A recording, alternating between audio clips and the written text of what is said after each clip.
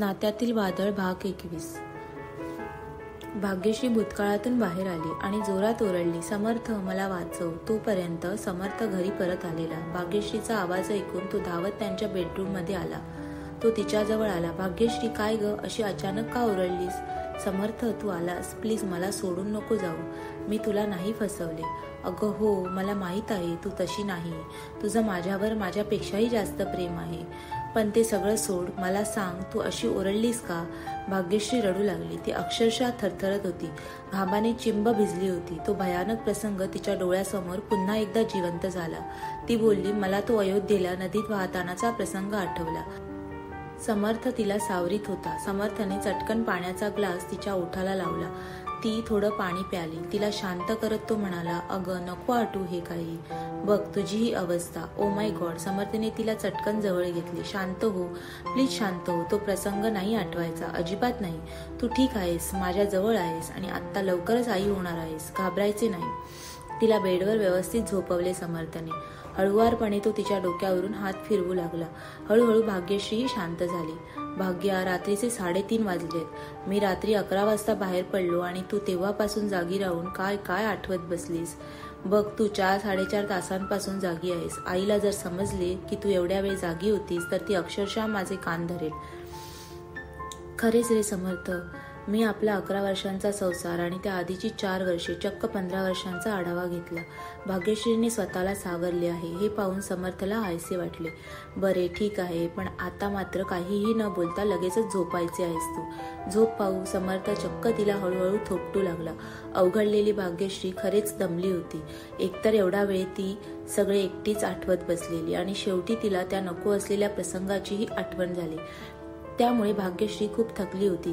तिचा समर्थ तिला प्रेमाने थोपटवून झोपत होता आणि बघता बघता तिचे डोळे जडावले. ती झोपी गेली. भाग्यश्री झोपली. शांतपणे समर्थ तिच्याकडे पाहत होता. तो अजूनही मनातून अस्वस्थच होता. आपलेच चुकले, कशाला आपण तिला अशा अवस्थेत एकटे सोडून गेलो. पण खरंच तो प्रसंग सोडता सगळे किती मस्त होते. त्या प्रसंगात तर मी भाग्यश्रीला गमावूनच बसलो होतो असे वाटले होते. हा, तो प्रसंग किती भयानक होता. तेव्हा आपल्या आईचीही अवस्था किती वाईट झाली होती. भाग्यश्री शांत झोपली आणि समर्थला ऐकीव माहिती आठवू लागली. नाव नदीत बुडाली आणि नंतर म्हणजे जोशी काकांनी स्वतःबरोबरच जोशी काकूंनाही किनाऱ्यावर आणले. आणखीन 2 जण आले किनाऱ्यावर. त्यात देसाई काका होते. पण देसाई काकूंचा पत्ता नव्हता. भाग्यश्रीही नव्हती. आणखीन एकीला वाचविण्यात आले होते. सगळीकडे रडारड, गोंधळ. उषाबाईंना जेव्हा समजले की भाग्यश्री त्या नावेत होती, ती नाव बुडाली आणि अजून ती बेपत्ता आहे, तेव्हा त्यांनी टाहो फोडला. त्यांचा आक्रोश पाहून इतरही रडत होते. शोधाशोध सुरू झाली होती. सहल व्यवस्थापकाचा समर्थला फोन आला. आदल्याच रात्री समर्थ घरी परतला होता. हॅलो मिस्टर समर्थ. येस, मी समर्थ बोलतोय. मी कालेकर, सहलीचा इन्चार्ज माझ्याकडे आहे. आपली पत्नी आणि आई. हां, काय झाले माझ्या आईला आणि भाग्यश्रीला? सगळं ठीक आहे ना? तुम्ही इकडे येऊ शकता का? तिकडे जरूर, पण काय झाले आहे? प्लीज मला स्पष्ट सांगा. समोरून काहीच उत्तर आले नाही. कालेकर, प्लीज बोला, प्लीज. एक अपघात झालेला आहे तुमच्या पत्नीचा. भाग्याचा? ती ठीक तरी आहे ना? आणि माझी आई, ती कशी आहे? आई ठीक आहे, त्यांची काळजी करू नका. म्हणजे भाग्या? मी पत्ता SMS करतो, शक्यतो लगेच निघा. अहो, पण एवढे काय झाले? नदीत नाव उलटली आहे. मिसेस भाग्यश्री अजून सापडल्या नाही. तुमच्या आईला तुमची गरज आहे. प्लीज लवकर निघा. इथे शोधकार्य सुरू आहे. काळजी करू नका, त्या सापडतील.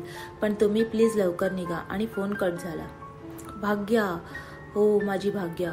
समर्थचा आक्रोश घरभर घुमला. त्याचे बाबा आणि समीर बोलत बसलेले, तेही घाबरले. समर्थ, काय झाले? तू रडतोस का? बाबा, फोन. पुढे त्याला बोलवेना. हुंडक्यावर हुंडके येत होते. अचानक कळलेली ही दुर्घटना तो तरी कसा सहन करणार? मला जायला पाहिजे लगेच. कुठे? समर्थ कुठे? का? भरतराव विचारित होते. समर्थ, हे पाणी घे. आधी शांत हो. सावकाश. आता बोल, समीर म्हणाला. भाग्या, आपली भाग्या बेपत्ता नदीत. अरे देवा. भरतराव मटकन खुर्चीत बसले.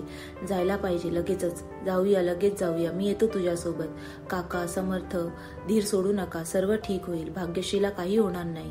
ती मिळेल ना? समर्थने कासावीस होत विचारले. नक्की मिळेल समीरने धनश्रीला फोन करून लगेचच येण्यास सांगितले. धनश्री सोबत तिचे सासरे चंद्रकांतरावही आले. भरतरावांना त्यांच्या भावाने चंद्रकांतरावांनी धीर दिला. समर्थने 2-4 कपडे आणि गरजेचे सामान धनश्रीने पटापट बॅगमध्ये भरले. समीरही पटकन आपली बॅग घेऊन आला. बाबा, काकांना आपल्याच घरी घेऊन जा. आम्ही फोन करून कळवतोच. काळजी घ्या त्यांची. मी आहे समर्थ बरोबर. जाणार कसे तुम्ही? चंद्रकांतरावांनी विचारले. बाबा, मी फोन करून वाराणसीची 2 तिकिटे बुक केलीत. आता निघालो तर फ्लाईट मिळेल. फ्लाईटमध्येही समर्थ अस्वस्थ होता. डोळे मिटून घेतलेले असले तरी गळणारे अश्रू त्याची मनोदशा दाखवत होती. वाराणसीत पोहोचताच एका कारने ते निघाले. उजाडताच ते त्या गावी पोहोचले. आईची झालेली अवस्था पाहून त्याला गलबलून आले. दोघेही एकमेकांच्या मिठीत रडत होते. एवढा वेळ समीर समर्थला आधारांच्या शब्दाने आधार देत होता, पण आता मात्र समर्थलाच धीराने घ्यायचे होते. आई, तू शांत हो. तुझी तब्येत तरी बघ. किती रडतेस? समर्थ, अरे मीच या यात्रेला आले नसते तर. माझ्यामुळेच हा प्रसंग आला आहे. मीच तिला इथे जा सांगितले. सारं काही माझ्यामुळेच घडले. मीच दोषी आहे. आपल्याला भाग्यश्रीला माझीच नजर लागली रे. कालपासून मनात दाटून राहिलेले सगळे शब्द, सगळ्या भावना समर्थला समोर पाहताच उषाबाईंनी टाहो फोडला. आपल्या भावनांना शब्दरूप दिले होते. आई, अगं असं काय म्हणतेस? तुझा काहीही दोष नाही. तू रडू नकोस. प्लीज शांत हो. कालपासून अन्न पाणी काही घेतलेले नाही त्यांनी, जोशी काकू म्हणाल्या. आई, असे करू नकोस. तुला बीपीचा त्रास आहे. अरे हो, आधी एखाद्या डॉक्टरला बोलवायला पाहिजे. आईला आधीच बीपीचा त्रास आहे. त्यांनी समीरला सांगितले. चहा बिस्किट आधी आईला खायला घातली. आपणही तिच्यासोबत खाल्ली. डॉक्टर आले आणि समर्थाचा अंदाज खरा ठरला. उषाबाईंचे बीपी बरेच वाढले होते. औषधे दिली. समर्थला आईजवळच थांबायला सांगून समीर बाहेर पडला. गावात अजूनही गोंधळ होता. सरकारी गाड्या फिरत होत्या. डॉक्टरांचे एक पथकही कार्यरत होते. अंधार पडेपर्यंत आणि आता उजाडल्यापासून मदतकार्य सुरू झाले होते. काही डेड बॉडीज मिळाल्या होत्या. त्या समीर बघून आला. त्यामध्ये भाग्यश्री नाही याचे त्याला समाधान वाटले.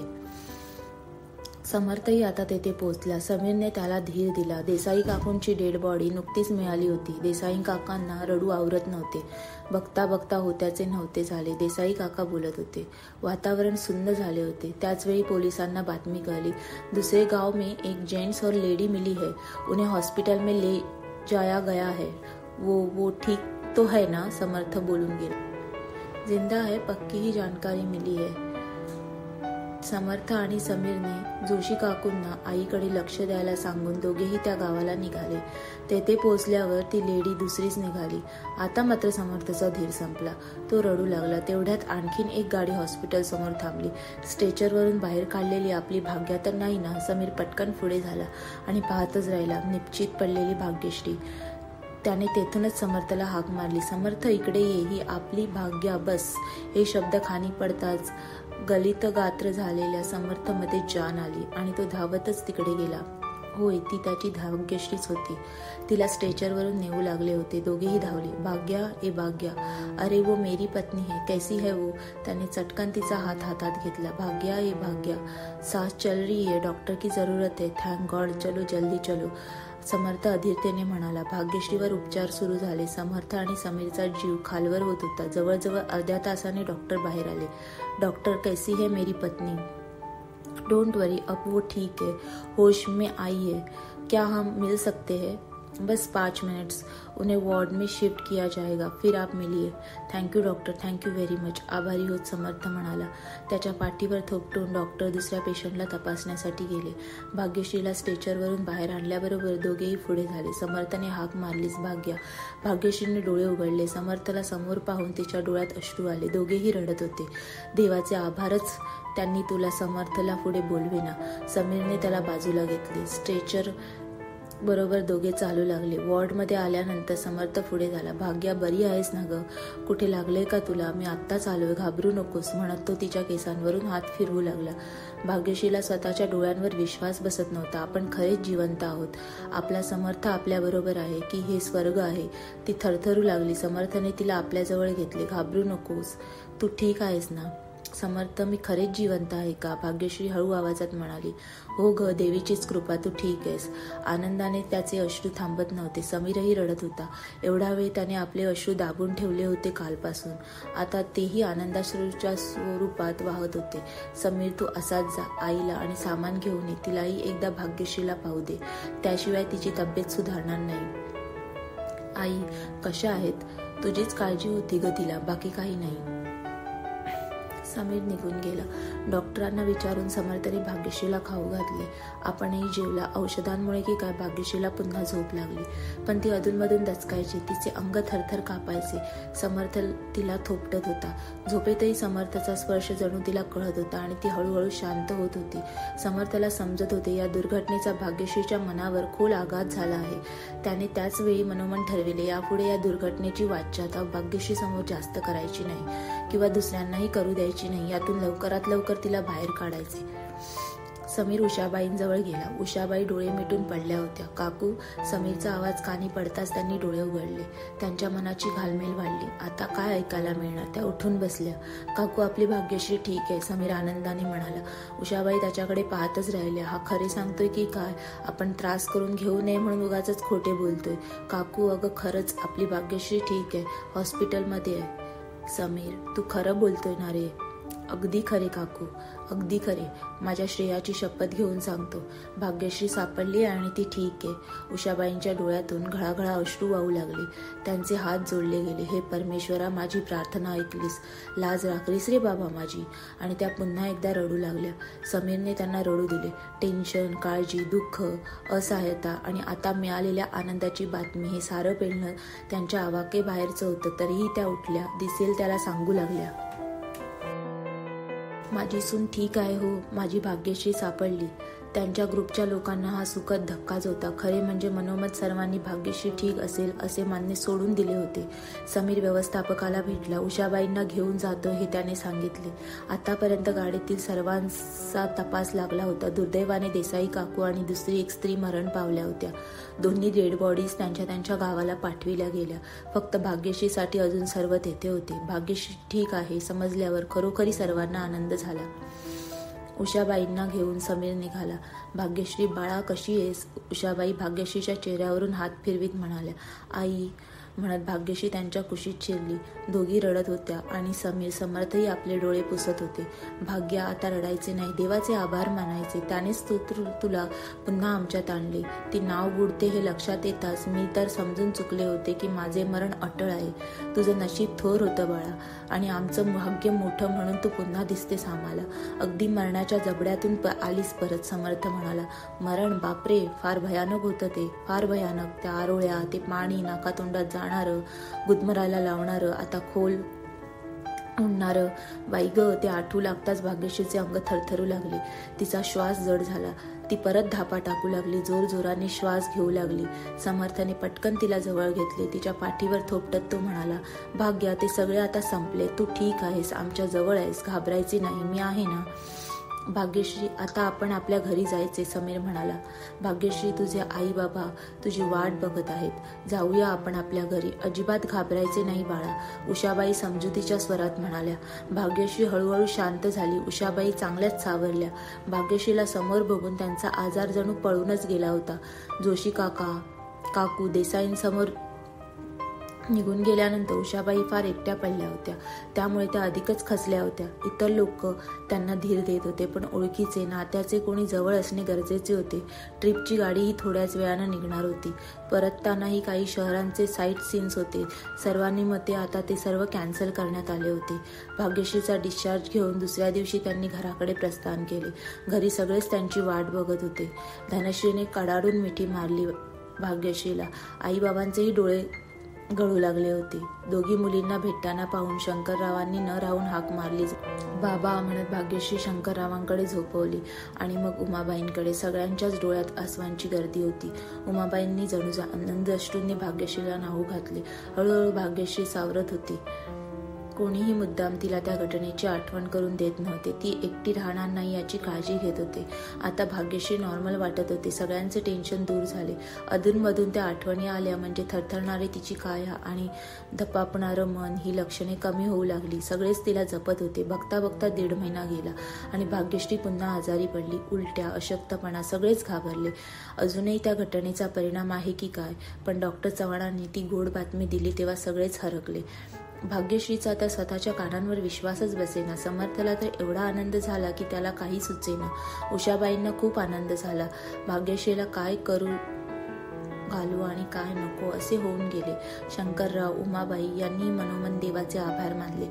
आपल्या मुलीच्या हृदयाची सल त्यांच्याही हृदयाला टोचत होती.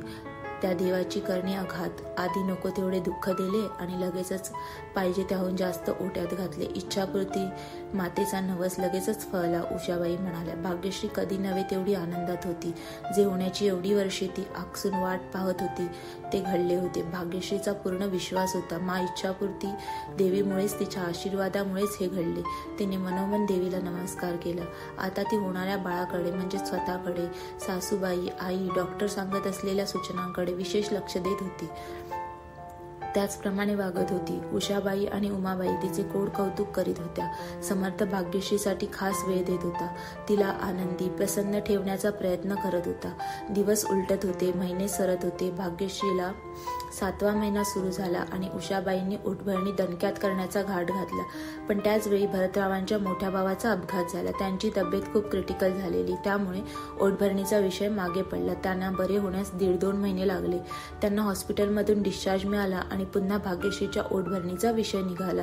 9वा महिना संपतच आलेला, तरीही उषाबाईंनी आणि सगळ्यांनी मिळून ओढभरणीचा कार्यक्रम ठरविलाच. भाग्यश्रीच्या भाग्याने तिला हे दिवस आले. तिलाही त्याचं सुख अनुभवू द्या. पहिल्या वेळेसच हे सोहळे होतात. उषाबाईंना जोर लावला आणि काल ते ओढभरणी झाले. समर्थ स्वतःच्याच विचारातून बाहेर आला. भाग्यश्रीकडे त्याने पाहिले. जडावलेली भाग्यश्री शांत झोपली होती. आज रात्रभर आपण जागेच आहोत. आधी भाग्यश्री बरोबर भांडण करून बाहेर गेलो, नंतर भाग्यश्रीला झोपून पुन्हा आपले मन भूतकाळात रमले. आता तर पहाट झाली. झोप कुठेतरी दूर पळून गेली. जीवन किती वेगळं, किती आगळं, किती वेडं वाकडं, तरीही हवंसं, केवढ्या वेदना देणारं आणि पुन्हा सव्याज भरभरून आनंदही देणारं. खरंच काळाच्या पडद्याआड काय असतं हे न जाणता आपण जीवनात चालतच असतो, धावत असतो. कधी पडतो आणि मग सावरतो आणि पुन्हा एकदम धावतो. किती अजब आहे हे आयुष्य. हे असंच अजब, अनाकलनीय आहे. म्हणून तर जीवनाची बाजी खेळताना गंमत असते नाही. शेजारी झोपलेल्या भाग्यश्रीच्या केसांवरून त्याने अलगद हात फिरवला. श्रोते हो, या कथेचा पुढचा भाग पाहण्यासाठी खाली दिलेल्या लिंकवर क्लिक करा. इथे तुम्हाला पुढचा भाग मिळून जाईल. तसेच चॅनलवर नवीन असाल तर लोगोवर क्लिक करून चॅनलला सबस्क्राईब करा आणि पुढील व्हिडिओचे नोटिफिकेशन त्वरित मिळवण्यासाठी बेल बटन ऑन करा. कथा आवडली असल्यास लाईक, शेअर आणि कमेंट करा. तुमचा प्रतिसाद आमच्यासाठी खूप महत्त्वपूर्ण आहे.